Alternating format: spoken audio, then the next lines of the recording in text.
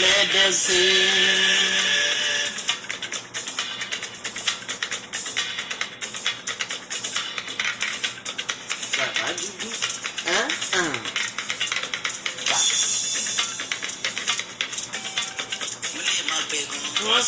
Let them sing.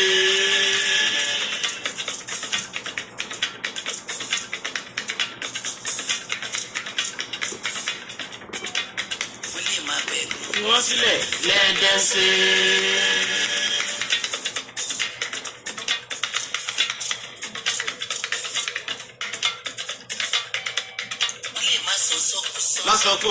Let them sing.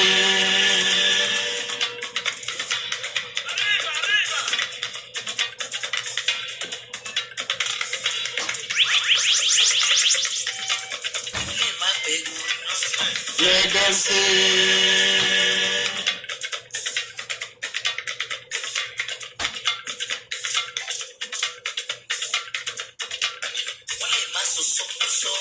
Let them sing.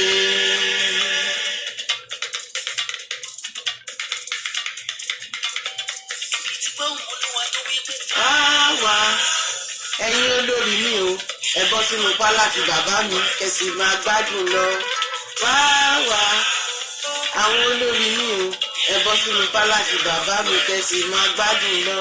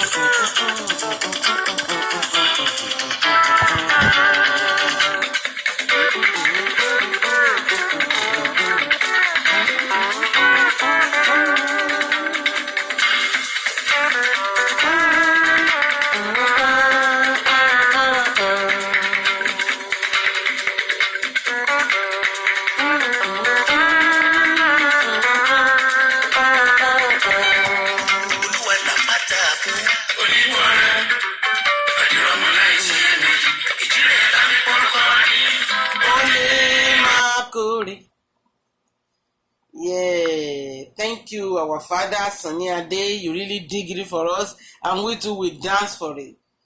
We appreciate you. Ó ní ká pẹ́ ká jẹun pẹ́ lẹ́nu. Ṣùgbọ́n òun fa ọ̀nà fún òṣèkínní kò jẹ́. I welcome you, everybody. Hello, beautiful people.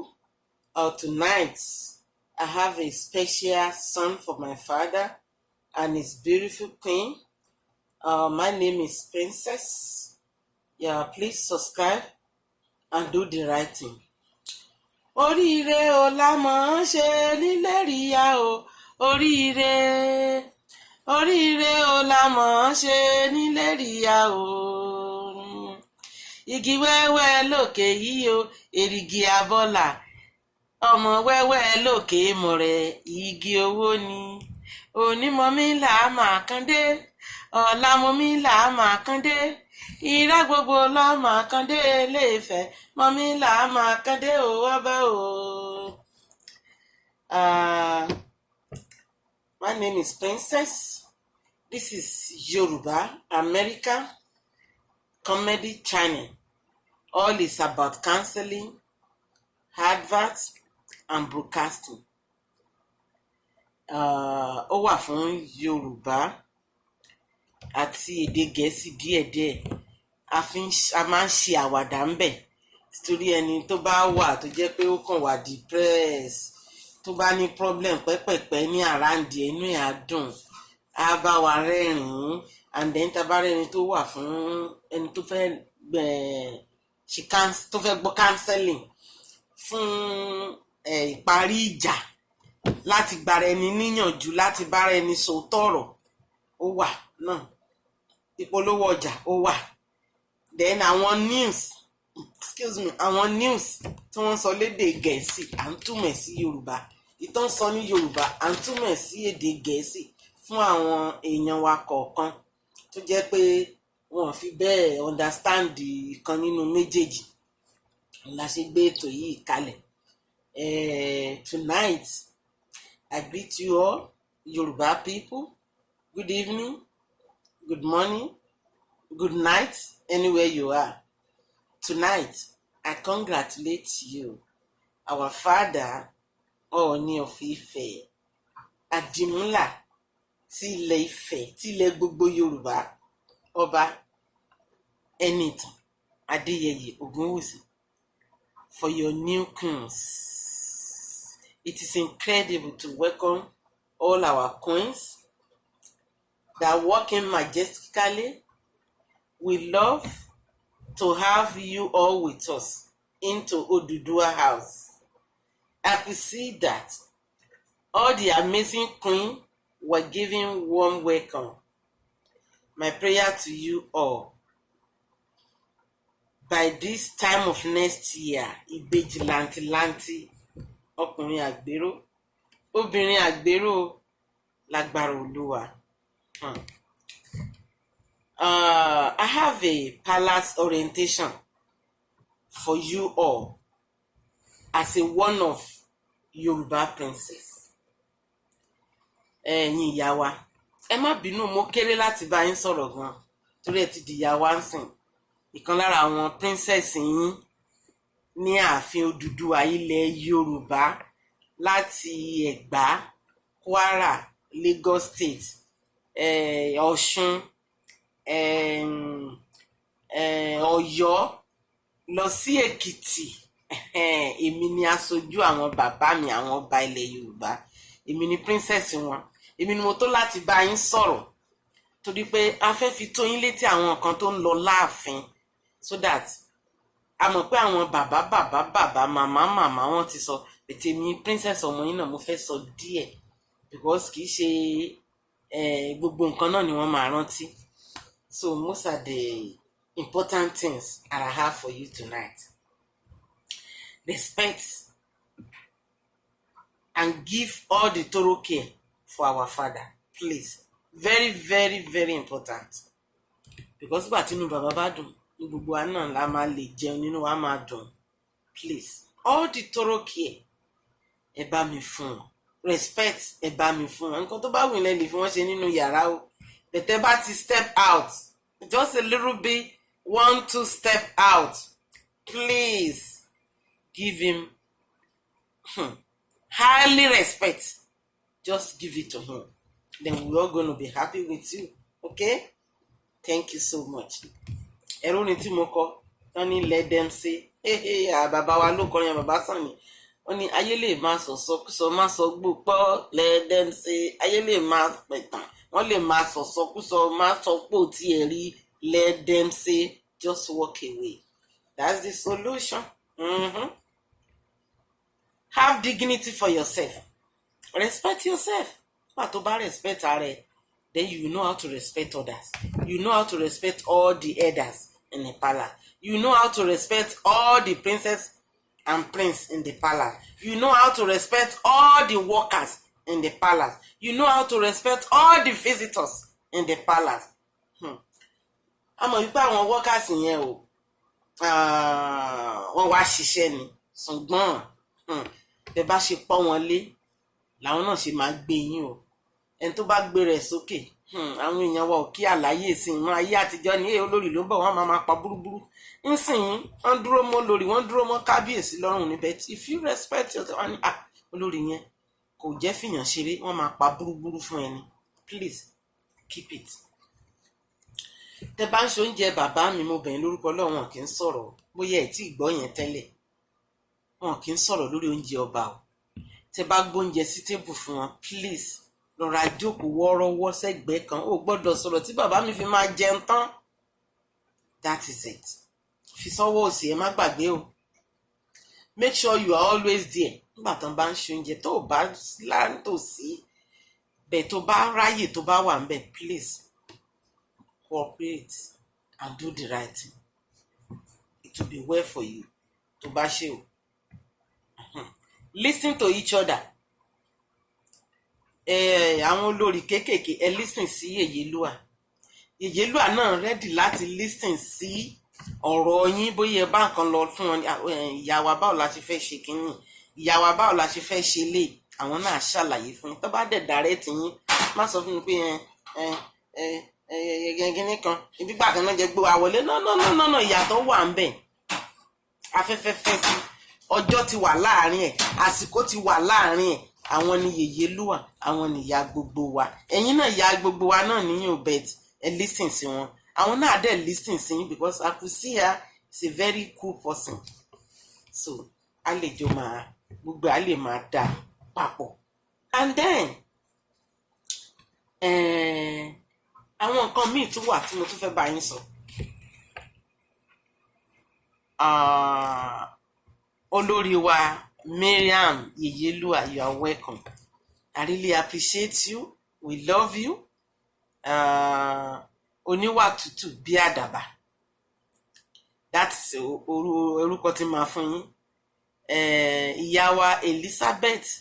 Onítìjú làwọn tí wọn kì í sọ̀rọ̀ púpọ̀. She's very calm too. Ìyá wa Tóbi.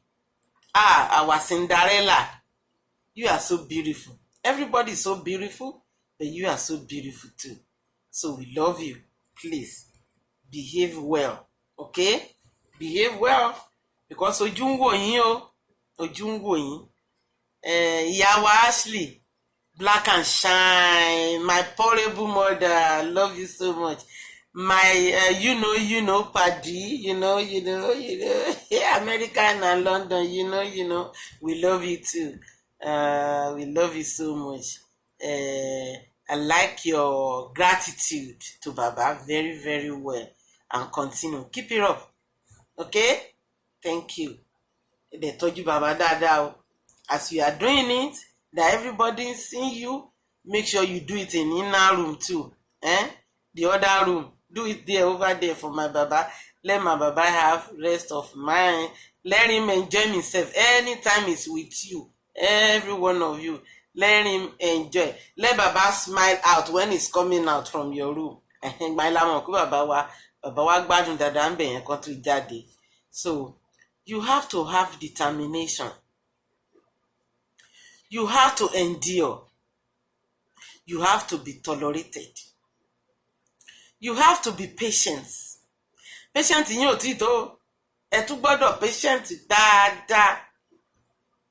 You have to be happy all the time. Tínú ilé bá tiẹ̀ ń gbóná dàgbò ń ta rúrú díẹ̀díẹ̀ tó bá jáde síta, you must smile. It is prohibited. You must do what? You must smile. Because tójú yín bá ti dùn, ojú ará ìlú ti dùn. Bẹ́ẹ̀ tójú yín ò bá dùn, ìlú ò rọgbọ o. That is all you're supposed to know now. That is how you gotta know that you must all be happy. No fighting. No altercation in the palace. Please, eradicate it. If you see anybody fighting, call somebody to separate them. Yours is to talk to them. Má bá wọn mú jà pé ìwọ jókòó. No. That is not your own concern. Àwọn ẹmẹsẹ̀ tàbí àwọn akọ́dà or whatever tó bá wà lárànd, please see to that situation and they are ready to do it. Má bá wọn làjà, because if you làjà, wọ́n ló ń gbèjà èèyàn kan, ó fi tèèyàn kan sílẹ̀. No. Instead of that, call somebody to that. Okay? That's another rule. Olórí ò kí ń làjà o. Ẹ gbọ́ bẹ́yìn. Ẹ máa pèèyàn sí wọn ni. Yorùbá poem Yorùbá ní ẹni tó bá ńlá tá bá ná jà là ń wò á kí ń wáríwó ọjà ojú bàbá mi ní kí n máa wò ó gbà tó everything bá ń lọ láyìíká, please don't even pay attention at all. Just walk away. Just walk away. Do not let anyone ruin your privilege, respect, and prestige.